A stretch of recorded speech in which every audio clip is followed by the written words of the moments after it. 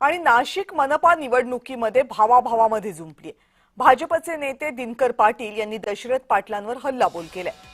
दिनकर पाटील यांनी आपलेच बंधू असलेले माजी महापौर दशरथ पाटील यांच्यावर काय टीका केली तीही बघूया।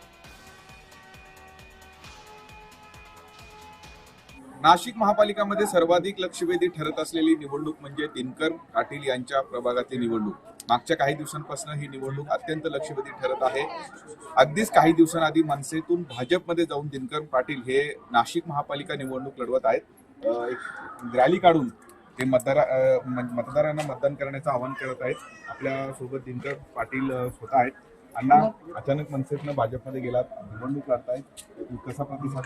अचानक नाही गेलो, पहिला 11 वर्ष होतो आणि आता भाजपमध्येच आहे आणि अतिशय चांगला प्रतिसाद आहे।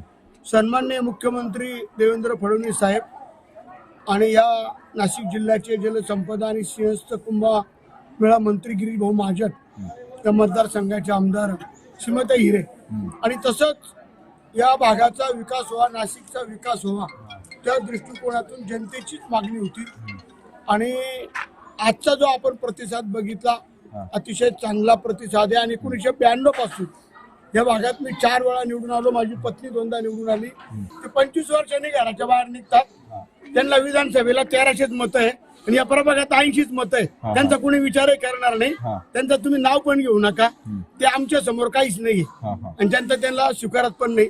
अजून त्यांच्याबरोबर गुन्हेगार लोक आहे, ज्यांनी मर्डर केलेले, खंड्या गोळा करणारे, खंड्यांचे गुन्हे लोक, गुन्हेगारीला मतदान करत नाही। 25 वर्ष घरात बसणाऱ्याला जनता मदत करत नाही। नागरिकांच्या हितासाठी, जनहितासाठी, लोकहितासाठी त्या ठिकाणी लढा उभा केला झाला। मी आंदोलनाच्या माध्यमातून मी नागरिक आमच्या सोबत आहे, त्यांना माहिती आहे आज केंद्रामध्ये नरेंद्र मोदी साहेबांच्या नेतृत्वाखाली या ठिकाणी भारतीय जनता पार्टी सत्ता आहे।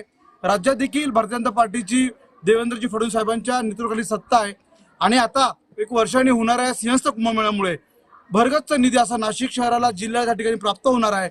म्हणून प्रभागाच्या सर्वांगीण विकासासाठी, नाशिकच्या हितासाठी त्या ठिकाणी नागरिक भारतीय जनता पार्टीला पॅनल टू पॅनल निवडून देणार आहे। अनेक वर्षांपासून मी इथे निवडून येतो आणि विकासाच्याच मुद्द्यावरती नागरिक यंदा सुद्धा आम्हालाच निवडून देतील अशा पद्धतीचा विश्वास भाजपचे उमेदवार व्यक्त करताना पाहायला मिळत आहे। किरण गोटू, जय महाराष्ट्र, नाशिक।